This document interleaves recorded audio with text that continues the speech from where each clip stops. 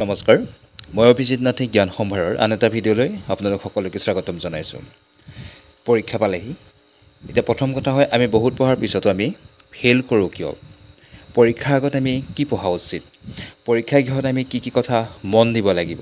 Time management আমি কেনেকৈ কৰিব পাৰোঁ? এইকেইটা হৈ থকা ভুলৰ বাবে আমি পৰীক্ষাত বহুত পঢ়ি যোৱাৰ পিছতো ফেইল কৰোঁ। প্ৰথম কথা হৈছে আমি বহুত পঢ়াৰ পিছতো ফেইল কৰোঁ কিয়? অকণমান পৰ্যালোচনা যদি কৰোঁ আমি এটা কথা মন কৰিম, আমি বহুত পঢ়োঁ ঠিকেই, কিন্তু আমি মূল কথাবোৰ অলপ জানি বেলেগ বিষয়লৈ গুচি যাওঁ। ধৰি লওক আপুনি সংবিধানৰ এটা কনচেপ্ট উলিয়াইছে, তাৰে আপুনি প্ৰথম দুই এটা কথা পঢ়াৰ লগে লগে জানিব এইকেইটা কথা মই জানি আহিছোঁ দেখোন। চ' আপুনি কি হয় বেলেগ এটা দিশলৈ গুচি যায়। গতিকে আপুনি এইকেইটা ঘণ্টা বা এইকেইটা দিন যিমান পাৰে সিমান কি পইণ্টবিলাকহে বিচাৰক, কি পইণ্টবিলাকহে পঢ়ক। আপুনি নতুন এটা বিষয় পঢ়ি এতিয়া বহুত বেছি জ্ঞান লাভ কৰি লাভ নাই, কাৰণ আপুনি সেইখিনি লাগি থাকোঁতে আপুনি যিখিনি মূল কথা পঢ়িছিলে সেইখিনি কথা পাহৰি যাব। গতিকে বি কেয়াৰফুল। মাজত যিকেইটা ঘণ্টা আছে আপুনি জনাখিনি পুনৰ ৰিভিজন কৰক। আপুনি বেলেগৰ কিতাপ আৰু পঢ়িব নালাগে এইকেইটা ঘণ্টা। আপুনি নিজৰ কিতাপ পঢ়ক। নিজৰ কিতাপ মানে আপুনি পৰীক্ষাৰ বাবে প্ৰস্তুতি চলাওঁতে যিখিনি প্ৰস্তুত কৰিছিলে, গুৰুত্বপূৰ্ণ বুলি ভাবি যিবিলাক নোট প্ৰস্তুত কৰিছিলে, আপুনি এইকেইটা ঘণ্টা আপুনি কেৱল সেয়া পঢ়ক। গতিকে মন কৰিব আপুনি সেয়া পঢ়াৰ লগে লগে আপোনাৰ বহুতখিনি গুৰুত্বপূৰ্ণ কথা ৰিভিজন হৈ যাব, কাৰণ আপুনি গুৰুত্বপূৰ্ণ বুলি ভবা কথাবিলাকহে নোট কৰিছিলে। নেক্সট আমি চাওঁ, পৰীক্ষা গৃহত আমি অতিপাত মানসিক চিন্তাত সোমাই পৰোঁ, যাৰ ফলত সাধাৰণ প্ৰশ্ন উত্তৰবোৰ কৰোঁতে আমি চিলি মিষ্টেক কৰোঁ। মই যোৱাকালি এটা ভিডিঅ'টো এই কথাটো কৈছিলোঁ। আমি পৰীক্ষা হলত সোমোৱাৰ লগে লগে অত্যাধিক মানসিকভাৱে আমি কি কওঁ ষ্টেজ লৈ লওঁ, যাৰ ফলত আমাৰ কি হয় মনটো আমাৰ উগুল থুগুল হৈ যায়। গতিকে আপুনি যিমান পাৰে সিমান আপোনাৰ মন মগজুক শান্তৰূপে ৰাখক। তাৰ বাবে আপুনি কেইটামান কাম কৰিব লাগিব। কেনেকুৱা ধৰণৰ আপুনি কাম কৰিব লাগিব? আপুনি যিমান পাৰে সিমান নিজকে মটিভেট কৰক, কাৰণ আপোনাৰ জীৱনত বাৰে বাৰে এনেকৈ ধৰণৰ সুবিধা আহি নাথাকে, এনেধৰণৰ পৰীক্ষা আপুনি বাৰে বাৰে দিবলৈ পাই নাথাকে। গতিকে আপোনাৰ মোৰ নিচিনা মানুহে চাকৰি কৰি আছে, ভাল চাকৰি কৰি আছে, এনেধৰণৰ পৰীক্ষাত পাছ কৰি আছে। B positive. আপুনি কিয় ফেইল কৰিব? সদায় মনত ৰাখিব যে মই কিয় ফেইল কৰিম। গতিকে আপুনি কি কৰিব লাগিব, নিজৰ মনটোক আপুনি খুব শান্তৰূপে ৰাখক যে মই পৰীক্ষা দিবলৈ আহিছোঁ। 150 নম্বৰ হওক, 200 নম্বৰ হওক, যিমান নম্বৰ নহওক আপুনি পৰীক্ষা দিব আহিছে। সেই পেপাৰখন আপুনি 150টা প্ৰশ্ন টান পালেও কৰিব লাগিব, 200টা প্ৰশ্ন টান পালেও কৰিব লাগিব, আৰু আটাইতকৈ উজু আহিলেও আপুনি কৰিব লাগিব। গতিকে সেইটো সময়ত আপুনি নতুন কিছুমান কথা চিন্তা কৰি লাভ নাই। আপুনি পৰীক্ষা উত্তৰ কৰোঁতে এইটো চিন্তা কৰি লাভ নাই যে মোৰ আগৰ প্ৰশ্নটো ভুল হ'ল নেকি, মোৰ আগৰ প্ৰশ্নকেইটা এনেকুৱা হ'ব লাগিছিল নেকি, এইবিলাক কথা চিন্তা কৰি লাভ নাই। গতিকে বি পজিটিভ, মাইণ্ডটোক মটিভেট কৰক যে মোৰ যি হৈছে এতিয়ালৈকে ভাল হৈ গৈ আছে। আপুনি একদম সাৱধানে থাকক। নেক্সট আপুনি যিমান পাৰে সিমান কি কৰিব লাগিব, পৰীক্ষা সম্বন্ধীয় কথা আপোনাৰ বন্ধুৰ লগতো আপুনি পৰীক্ষা গৃহত শ্বেয়াৰ নকৰিব।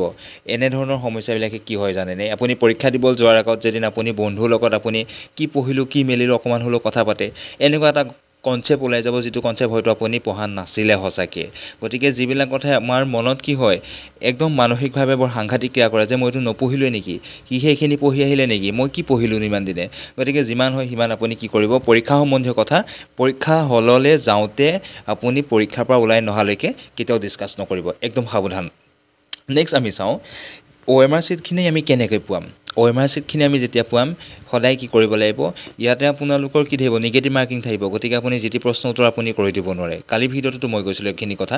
এটা কথা মন কৰিব, আপুনি যেতিয়া আপোনাৰ ভাল লগা এটা বিষয় আপুনি বাছি ল'ব যে মই আমুক ছেটটোৰ পৰাই প্ৰশ্নখিনি আমি কৰিম, আৰু কৰি যাওঁতে আপুনি কেতিয়াও এইটো কাম নকৰিব যে মই এই প্ৰশ্নটো আৰু পিছত কৰিম, কাৰণ এইটোৰ এনেকুৱা পৰীক্ষা নহয় যে আপুনি বহুত সময় পাই যাব পিছত আৰু আপুনি নতুনকৈ ৰিভিজন কৰি পেলাই আপুনি কি নকৰিলোঁ কি কৰিলোঁ এবাৰ চাবলৈ সময় পাব। গতিকে আপুনি প্ৰশ্নটো পঢ়িব। যদি আপুনি প্ৰশ্নটো পঢ়োঁতে একোৱেই বুজি নাপায় তেতিয়াহ'লে আপুনি সেইটো প্ৰশ্ন নকৰাটোৱেই ভাল।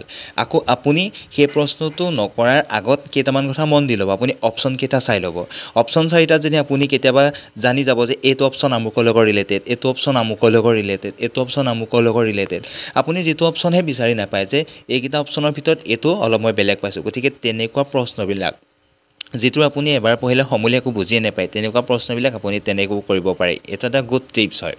আপুনি নেক্সট কি কৰিব, যেতিয়া আপুনি OMR ছিটত কৰি যাব, আপুনি যদি একেবাৰে অপশ্যনবিলাকো পঢ়ি পেলাই একো প্ৰশ্ন নোৱাৰে আপুনি সেই প্ৰশ্নটো এৰি থৈ আহক, পিছত কৰিম বুলি বাট চাই নাথাকিব। আৰু এনেকুৱা কেতিয়াও নকৰিব যে এইটো অলপ মই বুজি পাইছোঁ মই পিছত কৰিম। অলপ বুজি পোৱাটো আৰু কেইটামান ছেকেণ্ড লৈ পেলাই আপুনি সম্পূৰ্ণ কৰি থৈ আহক। যদি সেইটোকে নকৰে আপুনি পিছত টাইম মেনেজমেণ্ট কৰিব একেবাৰে নোৱাৰে, আপোনাৰ সময় নাটিব। এটাতে যদি আপুনি বহুত সময় দি দিয়ে আপুনি পিছত টোটেলি সময় নাপাব। গতিকে বি কেয়াৰফুল OMR ছিটটো পোৱাওঁতে। নেক্সট আমি OMR ছিটটো আপুনি যেতিয়া প্ৰশ্ন উত্তৰ এটা কৰিব হাতে ধৰি কৰিব, বহুত বেছি সময় নাযায় তাত। কি হয় আমাৰ ইজি কুৱেশ্যনটো আমি যেতিয়া কৰিম OMR sheetত আমি কেতিয়াবা ভুৱাওঁ যেতিয়া আমি ফিল আপ কৰিম বেলেগ অপশ্যনত গৈ পেলাই আমি কি কৰোঁ টিক মাৰি দিওঁগৈ আকৌ এনেকুৱা হয় কেতিয়াবা ইজি প্ৰশ্নটো আপুনি অপশ্যনকেইটা আপুনি ভালকৈ নাচায় এইটো মই এনেকুৱা তেনেকুৱা অলপমান পাৰিছোঁ বুলি সেইটো সময়ত আপুনি বেলেগ প্ৰশ্ন এটা মাথা মাৰি থাকিব যে এইটো এনেকুৱা আছিলে নেকি এইটো তেনেকৈ কৰিম নেকি মই গতিকে সেইবিলাক কাম নকৰিব যেতিয়া যিটো প্ৰশ্ন কৰে আপুনি কেৱল সেই প্ৰশ্নটোতহে গুৰুত্ব দিব গতিকে এইকেইটা একদম সাৱধান কথা মই একদম আপোনালোকক বাৰে বাৰে ৰিপিট কৰিছোঁ আপোনালোকে এইকেইটা দিন আপোনালোকে নিজৰ কিতাপ পঢ়ক এক নম্বৰ কথা আপুনি যিমান হয় সিমান আপোনাৰ মনটো পজিটিভ কৰি ৰাখক যে মোৰ নিচিনা মানুহে চাকৰি পাইছে মই কিয় নোৱাৰিম মই ইমানখিনি পঢ়িছোঁ যেতিয়া মই পাৰিমেই গতিকে আপুনি পেপাৰখন যদি বহুত বেছি টানো পাই গ'ল ঠিক আছে আপুনি বহুত বেছি টান পাই গ'ল তেতিয়াও আপুনি বৰ এটা ভয় খাই একেবাৰে অৱস্থা নাইকিয়া হৈ যাবলগীয়া কথা নাই কাৰণ সেইটো সময়ত আপুনি বহুত চিন্তা কৰি পেপাৰ নতুন কৰি ল'ব নোৱাৰে আপোনাৰ জ্ঞান বৃদ্ধি কৰি ল'ব নোৱাৰে আপুনি যিখিনি আছে সেইখিনিকে আপুনি সঠিক ৰূপে আপুনি ষ্ট্ৰং হৈ পেলাই আপুনি উত্তৰখিনি কৰক এই কথাকেইটা মন দি পেলাই পৰীক্ষা দিয়ক আপোনালোকৰ চিলি মিষ্টেক বিশেষকৈ যিবিলাক পৰীক্ষাত প্ৰতি বাৰে বাৰে হয় চিলি মিষ্টেক বহুত কমি যাব আৰু আপোনালোকে এটা ভাল স্ক'ৰ কৰাটো যথেষ্টখিনি সুবিধা হ'ব ধন্যবাদ